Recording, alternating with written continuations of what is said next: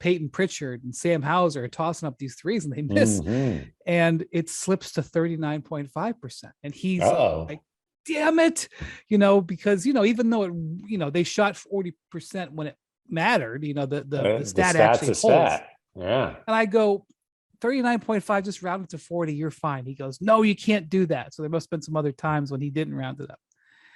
And then with 51 seconds left, Sam Hauser, who's the hero of Bontemp's world tonight, Sam Hauser nails a 28-footer. And when that thing was in the air, we were just watching it come down. It was like in slow motion. Also, by the way, it was a 10-point game, I think, at that point. And, there was, a couple of possessions left, and had he missed it and Heat got the rebound and went down and scored, it would have been inside the cover line. Line was 8.5. That's what I thought. Yeah. Yeah. So that ball going in saved Bontemp's stat and also saved the cover. Saved Bontemps and a bunch of other degenerates. That's true. That's true. So anyway, so they did make a bunch of threes tonight, and obviously that's a huge factor in the way they play. But what you look at in this series, after getting 128 points slapped on them in Game 3, the last two games, the Celtics given up 97 and 99 points. Yeah. They played with so much more force the past couple games. It was apparent from basically the opening tip, both games. And Bam Adebayo has averaged 13 points over the last 3 games. And he had a good third quarter tonight that boosted his numbers. But tonight he had 16. And I think what did he have in the first half, Tim? It was ugly. Did he have more turnovers than buckets in the first half? It was a bad, ugly first half for him. They are crowding. Like they're crowding him. A lot like the Celtics. When Bam Adebayo is playing really well in offense, it's a game changer. Al Horford and Bam Adebayo are such critical pieces. Obviously, they're both great players of their teams, but when they're playing well offensively, it really totally changes the dynamic for both teams. And Bam was completely out of the game when it mattered today. And the Celtics just, from the opening tip, they just played with a completely different level of force than they have really for most of the playoffs. Last 2 games, they had 16 turnovers, turned into 27 points in both games. They were flying around. Marcus Smart looked like the defensive player of the year again. He had probably his best game of the whole season at both ends of the court with the way he was impacting the game, even better than Game 6 against Philly when he was probably the best player in the court in that game. The Celtics, this is what the Celtics do. When everybody counts them out, they turn around and play the other way. And, I've been joking with Brian since the third quarter of Game 4 that the Heat are going to win the series in 7 games. And just the most funny, fitting outcome for this screwy Celtics team that they'll get this thing right to the brink of making history, and then Jimmy Butler will snatch it away at the end. Well, they need the Heat need Jimmy Butler to get back to being the guy that he's been for most of the playoffs. Correct. If he's not the best player on the court, they're probably not going to win the game. And he clearly has not been in the last couple of games. And tonight was just like, he just wasn't an impactful player whatsoever in tonight's game. Obviously they got down early, but even how many times have the Heat, what's the stat, Wendy? I think they were at 1.6-2 in games that they were down 10 plus. They were 6-2 the last before. Yeah. Before these last couple, right? Yeah. Right. And but they never honestly, this game sucked. I mean, there was never really any doubt. Well, I got to tell you, the first 5 minutes the crowd was just really into it because the Celtics were giving them what they wanted. But you're right, Jimmy Butler. So his numbers don't look terrible, but he shot 9 of 21 in Game 4, which is okay, but not Jimmy's best because efficiency is, where he's, can really thrive. And then tonight, he scored 14 points. Now, granted, he only got 10 shots up. Right. Spoelstra did play in the first maybe 3 minutes of the fourth quarter and then pulled him. He played 34 minutes and got 10 shots, 14, 5 and 5. Worst plus minus in the game at a minus 24.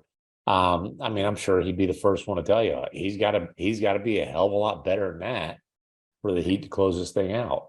Yeah. Well, and Kyle Lowry and Max Strus going to combine 3 for 10 from the field and basically both of them being complete non-factors. It's another massive, like Miami's got to get more from Kyle, especially with Gabe Vincent being banged up. And even if Gabe Vincent's back in game 6, I think we all agree he ain't going to be 100%.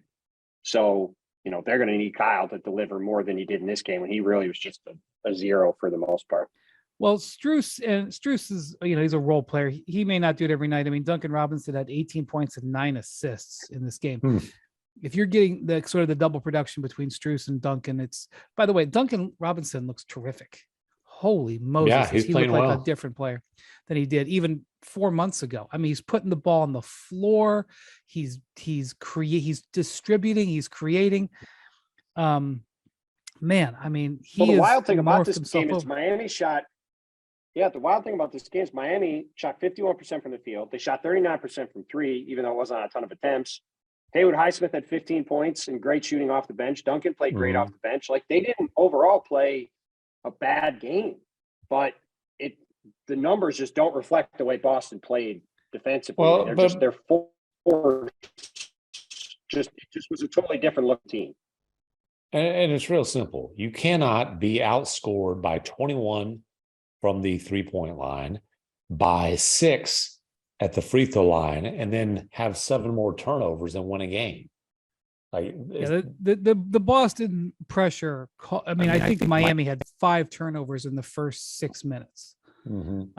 And so when they did take shots, they made a good percentage, but they didn't have enough shots, quite frankly. So I'm not, Strus is going to go up and down. Strus and Robinson are probably going to produce roughly the same on average when they're combined.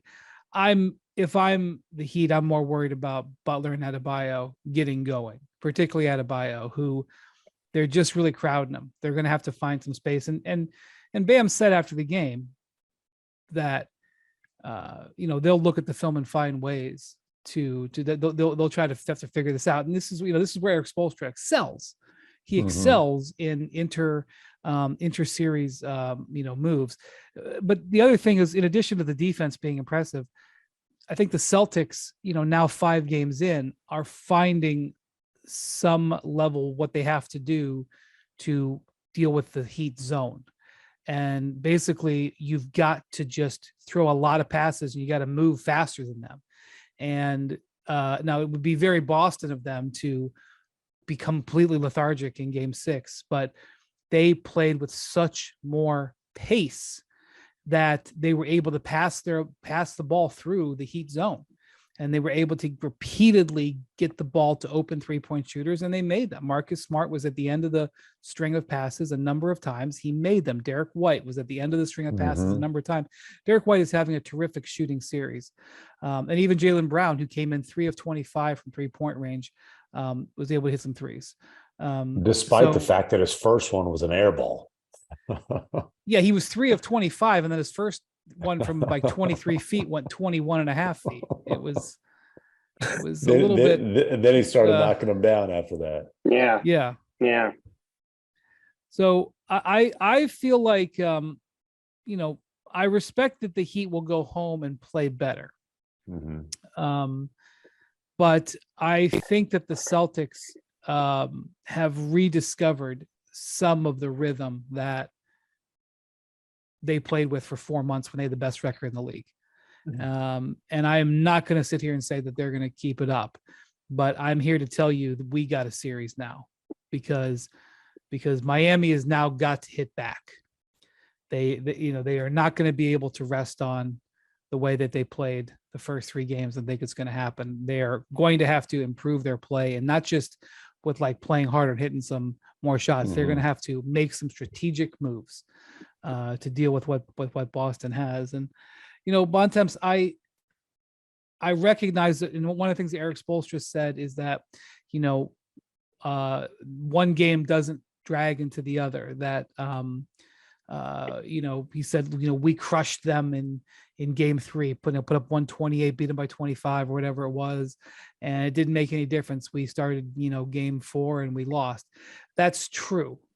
That's true. That it's not like the Heat get to carry, or the Celtics get to carry over the extra points to game 6, but there is something that happens in playoff series sometimes, not all the time, but sometimes, where there's a tipping point.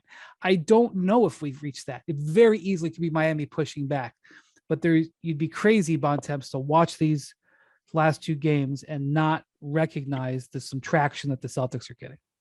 Well, this is why the Celtics are such a maddening team, right? Because the Celtics have the most talented team left in the playoffs, and they're clearly a more talented team than you're getting the Denver fans all up in arms. They're just sitting here listening. Well, no, but listen, but this is the thing. The Celtics have had more talent than everybody all season. The thing about them is that they are maddeningly inconsistent. That's why they're now 11-11 at home over the past 2 years in the playoffs.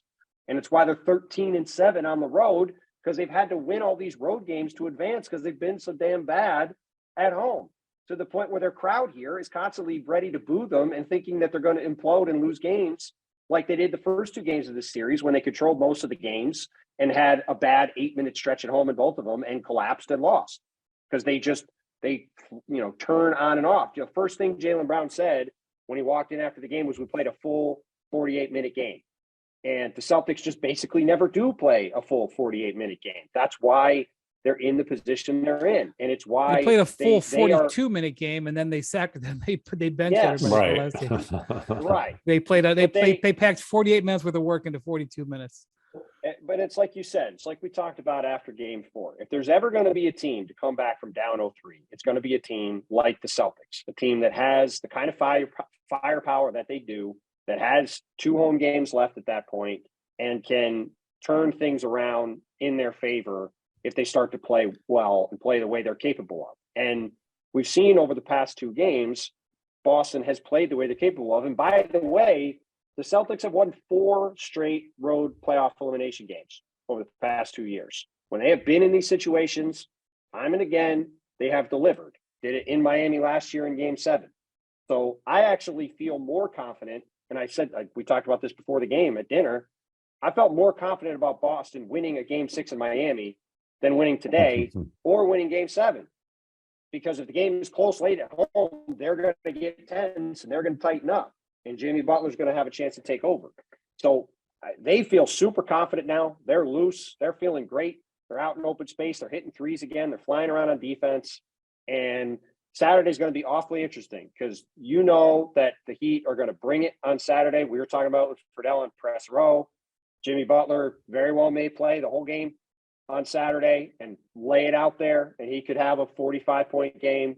But if the Celtics play the way they have the last 2 games, they're going to be really, really tough for Miami to beat, because this is when they play like this, especially when they're hitting threes, like you said, they're now 38-2 and they hit 40% of their threes. If they hit threes, they're pretty much impossible to beat.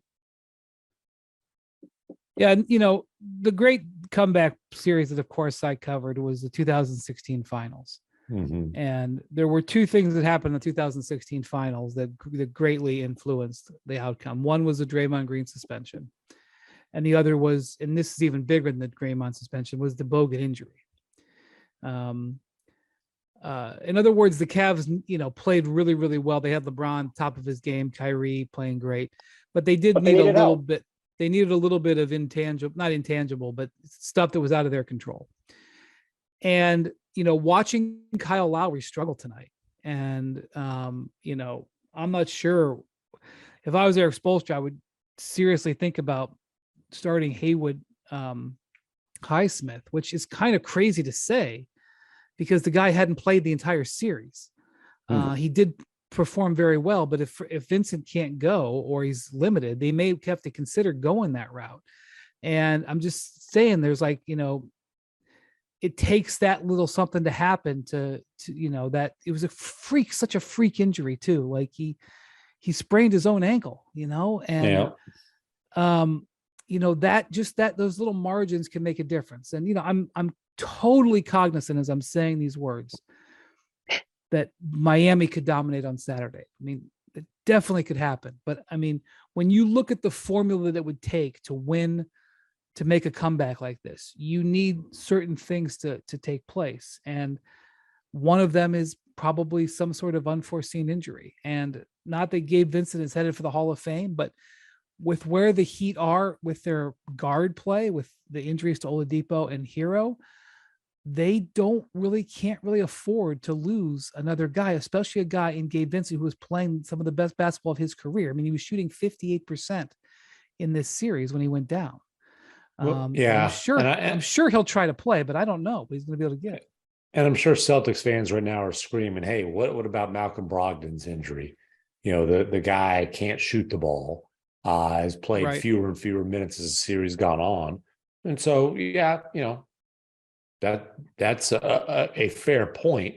The difference is the Celtics have Grant Williams, who they can just play more minutes, and they have Derek White, who they can just play more minutes. Like they're just this is where the Celtics' depth really comes to the fore. Like one thing I'm sure Miami's going to do in Game 6 is Caleb Martin's going to start for Kevin Love.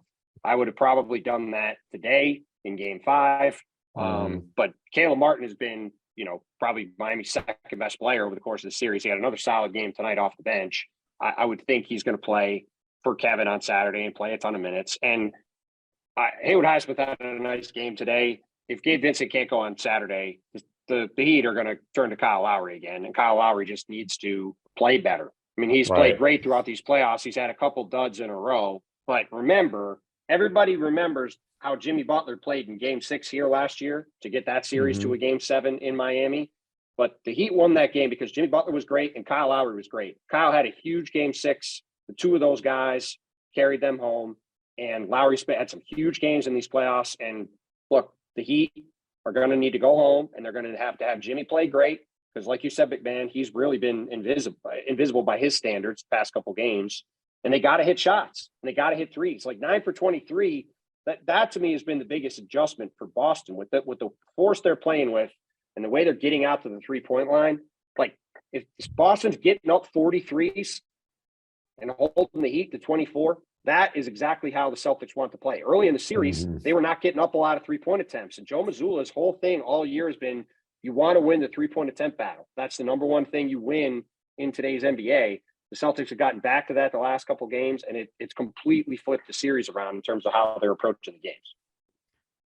Eric Spoelstra was asked about lineup changes after the game, and he pretended like he didn't know what a lineup was. So I suspect there will be at least one. He acted like he hadn't thought 1 second in his whole coaching career. Bit. Right. No. So, but you know, he shouldn't give it away. But I'm just saying it was classic. Pulling the plug on Lowry would be pretty extreme, but I will say, it's not pulling the plug on him. It's putting him back in the role where he was thriving, which is coming off the bench. Okay. Well, he also had a bad Game 4. He just has to play better. I mean, he didn't even play a ton of minutes today. He just wasn't good enough. He needs to be better. And the biggest thing is, like McMahon said, if Jimmy Butler's not the best player on the court, the Heat are in trouble. Thanks for watching ESPN on YouTube. For live streaming sports and premium content, subscribe to ESPN+.